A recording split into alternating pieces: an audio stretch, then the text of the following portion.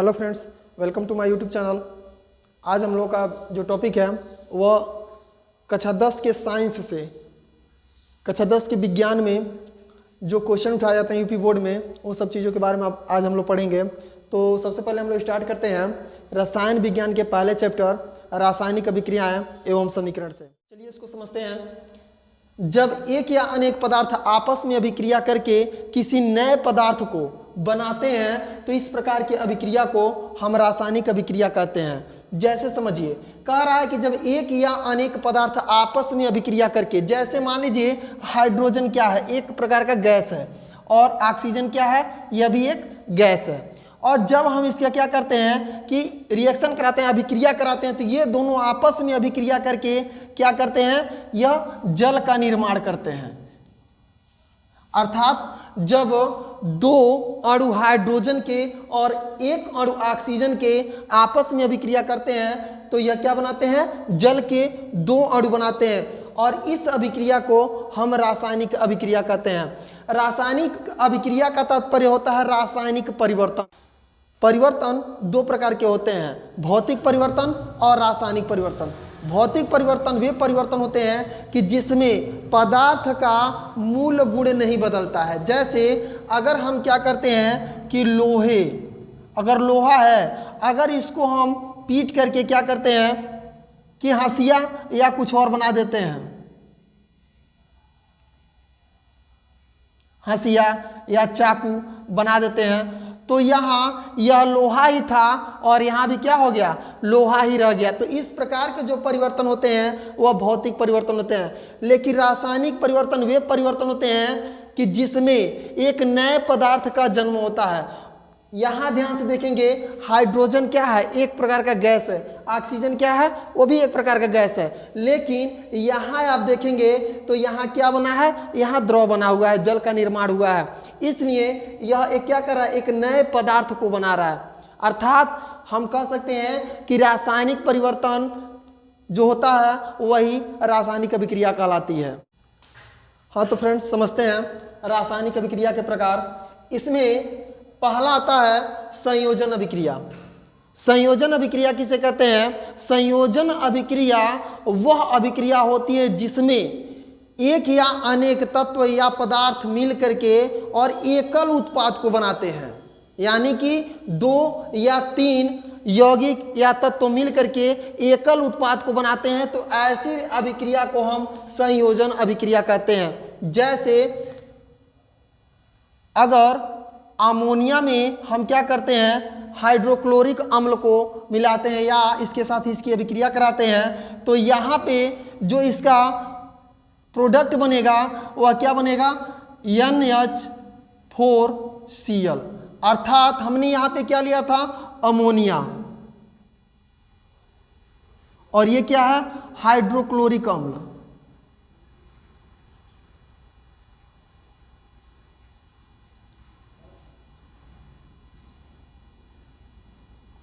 और इन दोनों के अभिक्रिया से, इन दोनों की रासायनिक अभिक्रिया से हमें क्या मिला, अमोनियम क्लोराइड।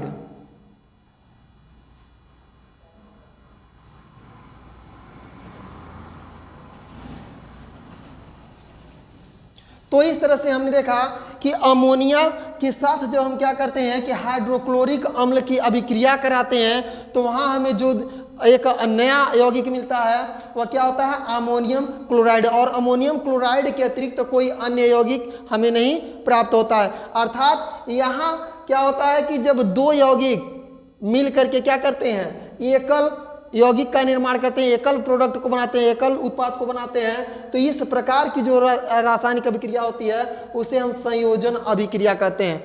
अब इसमें बोर्ड में ये भी पूछ सकता है, समीकरण को लिख देगा और पूछेगा कि आप बताइए कि निम्न में से यह किस रासायनिक अभिक्रिया के अंतर्गत जाएगा। या ये भी पूछ सकता है कि संयोजन अभिक्रिया का कोई एक उदाहरण लिखिए, तो वहां पे हम इस समीकरण को लिख सकते हैं। अब हम समझते हैं कि विस्थापन अभिक्रिया किसे कहते हैं।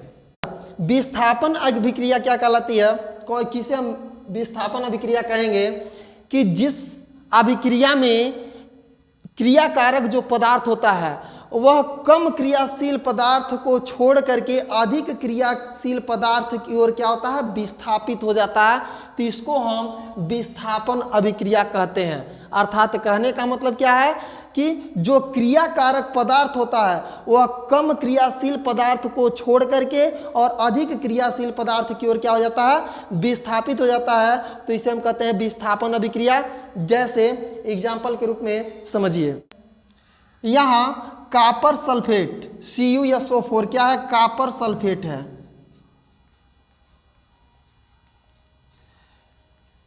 के साथ अगर हम क्या करते हैं, आयरन, यानी कि आयरन से अभिक्रिया जब हम कराते हैं तो यहाँ पे जो सल्फेट है, ये क्रियाकारक पदार्थ है, यह क्या यहाँ पे क्या देखेंगे कि कॉपर और आयरन में आयरन अधिक क्रियाशील होता है और यह कम क्रियाशील होता है। तो ये जो सल्फेट होता है वह इसे छोड़ करके कहाँ, इसकी तरफ विस्थापित होने लगता है। अर्थात जो अब नया प्रोडक्ट बनता है वो बनता है Cu और प्लस FeSO4, अर्थात कॉपर और आयरन सल्फेट।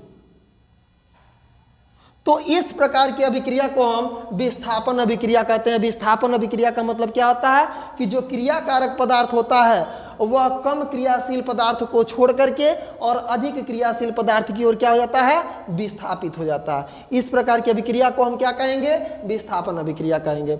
अब इसके बाद हम लोग पढ़ते हैं वियोजन या अपघटन अभिक्रिया। समझते हैं वियोजन या अपघटन अभिक्रिया। यहाँ समझेंगे कि वियोजन का मतलब और अपघटन, वियोजन या अपघटन का मतलब क्या होता है। वियोजन मीन्स होता है बट जाना, या अपघटन का मतलब क्या होता है कि टूट टूट करके अलग हो जाना। यानी कि कुछ ऐसी भी रासायनिक अभिक्रिया होती हैं कि जो ऊष्मा के दौरान, जब ऊष्मा उनको दिया जाता है तो वह एकल पदार्थ क्या होता है कि एक से अधिक पदार्थों में टूट करके अलग अलग हो जाते हैं। इस प्रकार की जो अभिक्रिया होती है उसे हम ऊष्मीय अपघटन कहते हैं। अर्थात कि जब वह रासायनिक अभिक्रिया जो ऊष्मा पाने पर दो या दो से अधिक पदार्थों में क्या हो जाता है, विभक्त हो जाता है, बढ़ जाता है, अपघटित हो जाता है। इस प्रकार की अभिक्रिया को हम क्या कहते हैं, ऊष्मीय अपघटन कहते हैं। और ऊष्मीय अपघटन का एक उदाहरण समझ लीजिए। एक कैल्शियम कार्बोनेट है। कैल्शियम कार्बोनेट को जब हम क्या करते हैं, ऊष्मा देते हैं तो यह ऊष्मा पा करके क्या होता है, अपघटित हो जाता है, दो भागों में टूट जाता है। पहला होता है कैल्शियम ऑक्साइड और दूसरा जो होता है वो होता है कार्बन डाइऑक्साइड। यानी कि दो भागों में क्या हो जाता है, टूट जाता है। और इस प्रकार की अभिक्रिया को हम ऊष्मीय अपघटन कहते हैं। अर्थात जब कैल्शियम कार्बोनेट को हम ऊष्मा प्रदान करते हैं तो वह दो भागों में टूट जाता है। पहला भाग कैल्शियम ऑक्साइड होता है और दूसरा भाग जो होता है वो कार्बन डाइऑक्साइड होता है।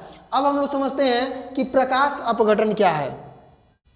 यदि क्या करते हैं कि सिल्वर क्लोराइड को जब हम प्रकाश में रख देते हैं, सिल्वर क्लोराइड को जब हम प्रकाश में रख देते हैं तो प्रकाश से इसका अपघटन होता है और ये दो भागों में टूट जाता है।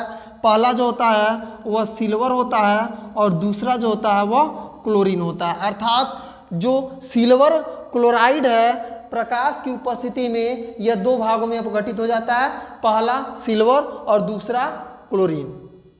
अब हम लोग समझते हैं कि विद्युत अपघटन क्या है। विद्युत अपघटन में क्या होता है, तो जब क्या करते हैं कि जब जल के साथ हम वैद्युत अपघटन की क्रिया करते हैं, वैद्युत अपघटन,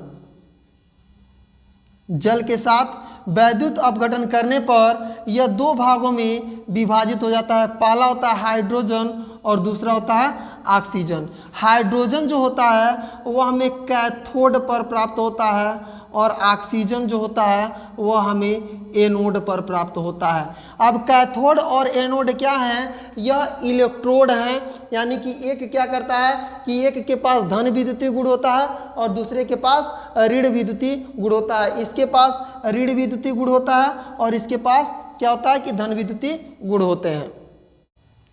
आइए समझते हैं उभय अपघटन किसे कहते हैं। उभय अपघटन का मतलब क्या होता है जब क्या होता है कि अभिकारक में जो मूलक होते हैं या जो आयन होते हैं, अभिकारक कौन से होते हैं समझिएगा। एरो के यहाँ पे जो एरो लगा हुआ है इसके जो इधर होते हैं वो होते हैं अभिकारक। और अभिकारक क्या करते हैं, आपस में अभिक्रिया करके उत्पाद बनाते हैं। इन अभिकारकों में मूलक या आयन उपस्थित होते हैं। और जब क्या करते हैं कि इस अभिकारक में जो आयन या मूलक उपस्थित होते हैं वह क्रमशः अपना विनिमय करके नए यौगिकों का निर्माण करते हैं, नए पदार्थों का उत्पादन करते हैं। तो इस तरह से जो होता है उसे हम कहते हैं कि उभय अपघटन। जैसे समझिए एग्जाम्पल, समझते हैं कि जब सोडियम सल्फेट में हम क्या करते हैं, बेरियम क्लोराइड की अभिक्रिया कराते हैं। जब सोडियम सल्फेट से बेरियम क्लोराइड की अभिक्रिया कराएंगे तो क्या उत्पन्न होगा, यहाँ ध्यान से समझेंगे। यहाँ पे सोडियम एक मूलक है, सल्फेट एक मूलक है, फिर बेरियम एक मूलक है और क्लोरीन एक अलग मूलक है। यहाँ पे समझेंगे जो सोडियम है वह धनायन मूलक है, सल्फेट क्या है ऋणायन मूलक है, बेरिलियम क्या है धनायन मूलक है, क्लोरीन क्या है ऋणायन मूलक है। तो इसमें क्या होता है, इसमें विनिमय किया जाता है, अर्थात ये क्या करते हैं कि इसका जो ये सोडियम धनायन है वह इसके ऋणायन के साथ जाकर के जुड़ जाता है और बनाता है NaCl, ठीक है। और इसका जो धनायन होता है वह सल्फेट के साथ, अर्थात बेरिलियम जो होगा वह सल्फेट के साथ जुड़ करके क्या बनाएगा, बेरिलियम सल्फेट। तो इस तरह की जो अभिक्रिया होती है उसको कहते हैं उभय अपघटन, अर्थात दोनों में क्या होता है, अपघटन होता है। इसका सोडियम सल्फेट में सोडियम का धनायन बेरियम क्लोराइड में क्लोरीन के साथ जाकर के जुड़ जाता है और बेरिलियम क्या होता है, सल्फेट के साथ जाकर के जुड़ जाता है, अर्थात दोनों में अपघटन होता है, इसलिए इसको क्या कहा जाता है, उभय अपघटन अभिक्रिया कहते हैं। अब हम लोग समझते हैं ऊष्माक्षेपी तथा ऊष्माशोषी अभिक्रियाएं क्या हैं। तो ऊष्माक्षेपी अभिक्रिया किसे कहेंगे, ऊष्माक्षेपी का मतलब होता है ऊष्मा उत्पन्न करने वाला, यानी कि एक ऐसी अभिक्रिया जिसमें ऊष्मा उत्पन्न होता हो। इस प्रकार की अभिक्रिया को हम ऊष्माक्षेपी अभिक्रिया कहेंगे। जैसे यदि हम क्या करते हैं कि मीथेन के साथ अगर हम क्या करते हैं ऑक्सीजन की क्रिया कराते हैं, अगर हम क्या करते हैं मीथेन के साथ ऑक्सीजन की क्रिया कराते हैं तो यहाँ अभिक्रिया के दौरान जो उत्पाद बनेगा उसमें कार्बन डाइऑक्साइड प्लस इसमें दूसरा जो उत्पाद बनेगा वह जल होगा और इस अभिक्रिया में क्या होगी, ऊष्मा उत्पन्न होगा।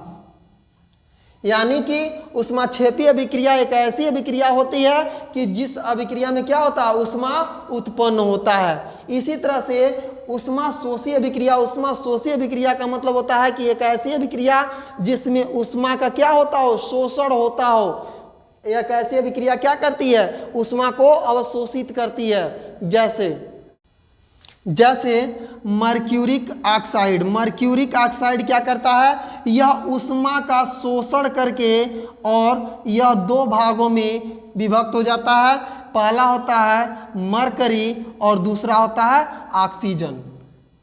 जब क्या होता है कि ऐसी अभिक्रिया कि जिसमें यौगिक क्या करते हैं, ऊष्मा का शोषण करके और अपने उत्पाद को बनाते हैं, तो इस प्रकार की जो अभिक्रिया होती है वह ऊष्माशोषी अभिक्रिया कहलाती है। इसके बाद से आता है ऑक्सीकरण तथा अपचयन अभिक्रिया। तो ऑक्सीकरण तथा अपचयन अभिक्रिया को हम रेडॉक्स अभिक्रिया कहते हैं। अब रेडॉक्स अभिक्रिया की जानकारी हम लोग अपने नेक्स्ट वीडियो में प्राप्त करेंगे।